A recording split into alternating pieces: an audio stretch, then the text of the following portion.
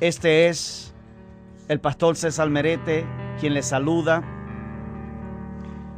desde el 540 AM Radio Conéctate en esta hora, en este programa, su programa Adorando en Espíritu y en Verdad.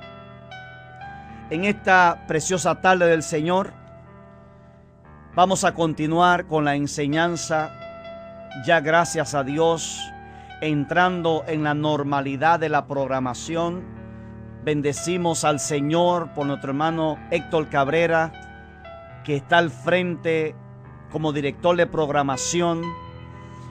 Vamos haciendo los arreglos, vamos trabajando para llegar a la perfección, porque cuando hacemos lo que hacemos para nuestro Dios, es lo mejor, porque Él merece lo mejor. Así que, como habíamos anunciado la semana pasada, estas semanas ya estamos ajustando los programas, y dentro de la programación vamos a estar de 1 a 2 en la tarde, de lunes a viernes, con su programa Adorando en Espíritu y en Verdad. Y precisamente ayer iniciamos una enseñanza, un estudio. No venimos a predicar, sino a enseñar, con el tema la naturaleza y enseñanzas del reino mesiánico. Recibí de algunos hermanos la gloria y la honra del Señor, el feedback de cómo la palabra les bendijo.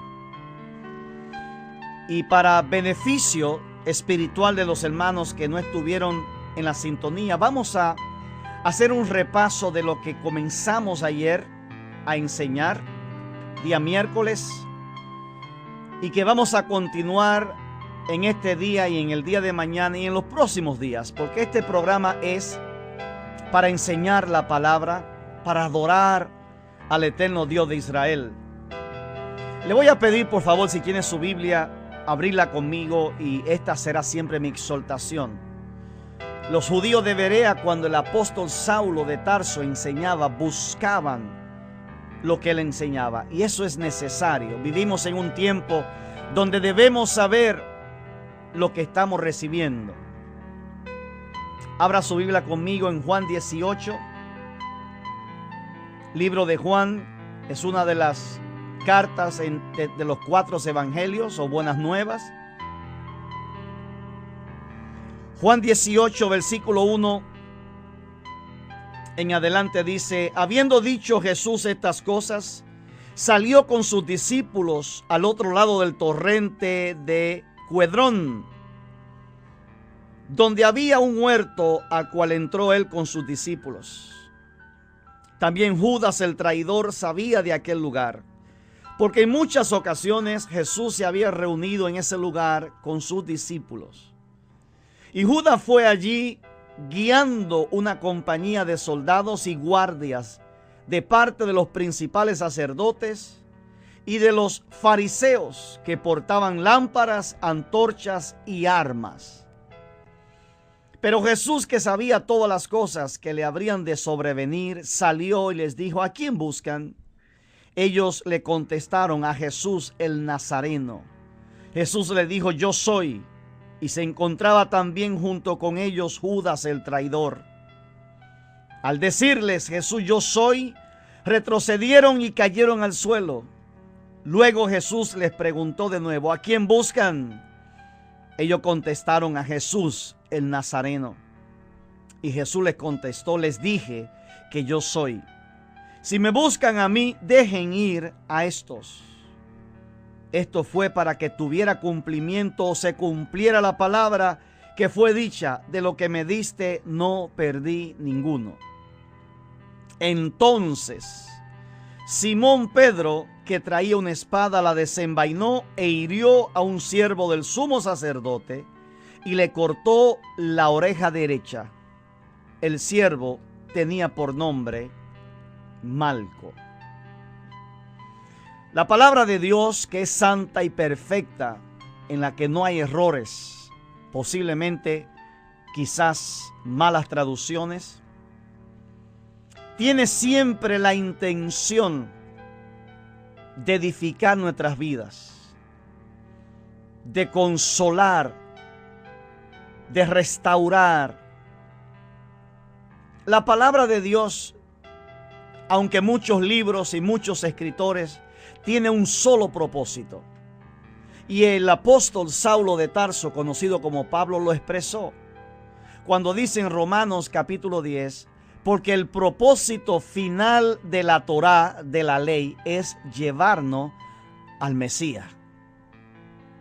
Su traducción debe decir el propósito de la ley o el propósito final de la ley es Cristo.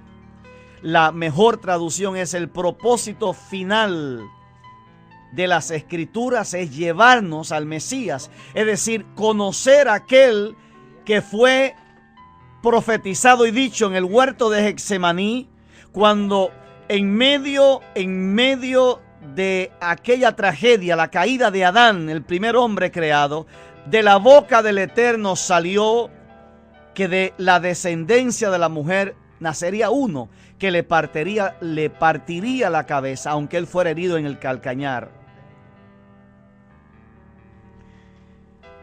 Déjeme decirle que la Biblia no es un libro que escribe o que se interpreta para hacer conjeturas. El propósito, dice el apóstol, el propósito final de la palabra, de la ley, de la Torah es llevarnos al Mesías, es conocer a aquel que fue profetizado. Muchos se preguntan por qué existen tantas denominaciones, tantos grupos, precisamente por las malas interpretaciones. La Biblia debe llevarnos a conocer a aquel que fue profetizado, aquel que vendría a la tierra para volver a hacer regresar al hombre caído a su Padre, a nuestro Padre y Dios. Y este debe ser siempre el propósito. A partir del momento que saquemos de contexto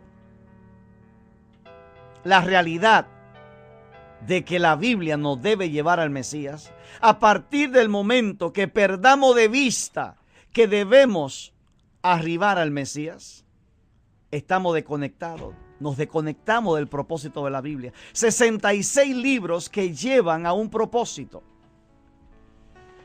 Me llama la atención lo que Juan, Johanan, discípulo, posterior apóstol del Mesías, escribió.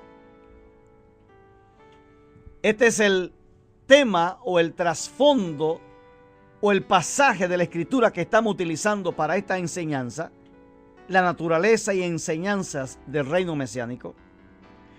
Y Juan escribe en el capítulo 18, recuerden mis hermanos que cuando se escribieron los libros de la Biblia, nunca jamás se escribieron en el mismo momento que acaecían o acontecían los eventos. Se escribieron años después. Cada uno escribió lo que quedó en la memoria, lo que el Espíritu les retuvo, lo que vino en la inspiración. Y por eso, aunque a veces parece que hay diferencias entre los evangelios, realmente no existe.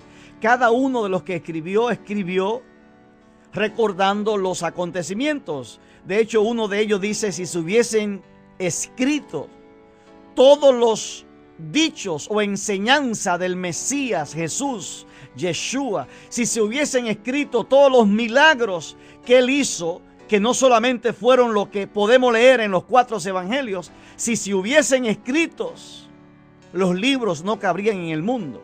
Pero qué bueno que nos dejaron libros escritos hablándonos del Mesías de Israel. Juan hace una introducción en el capítulo 18 y dice, habiendo dicho Yeshua estas cosas, salió con sus discípulos al otro lado del torrente de Cedrón o Cuedrón. Estoy leyendo de la Biblia Peshita, la versión aramea. Habiendo dicho Jesús estas cosas. ¿Qué cosas? ¿Qué cosas había dicho Jesús que Juan introduce en el capítulo 18?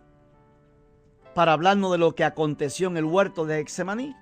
Los capítulos anteriores, desde el capítulo 13 hasta el 18 o el final del 17,